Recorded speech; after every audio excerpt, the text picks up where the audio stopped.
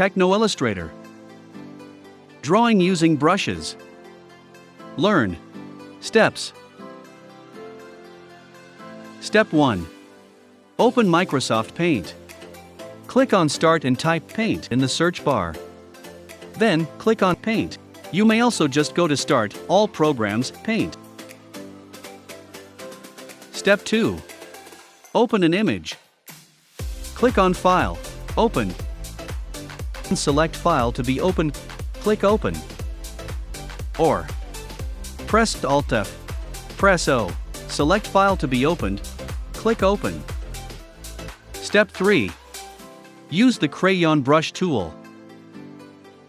Click on the brush tool, choose the Crayon brush, click on the color yellow in the Colors toolbar, change the size to the smallest, 8 pixels, and circle the difference on the boy.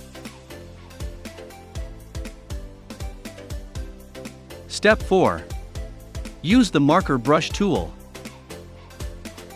Click on the brush tool, choose the marker brush, click on the color orange in the Colors toolbar, change the size to the smallest, 8 pixels, and circle the difference on the background.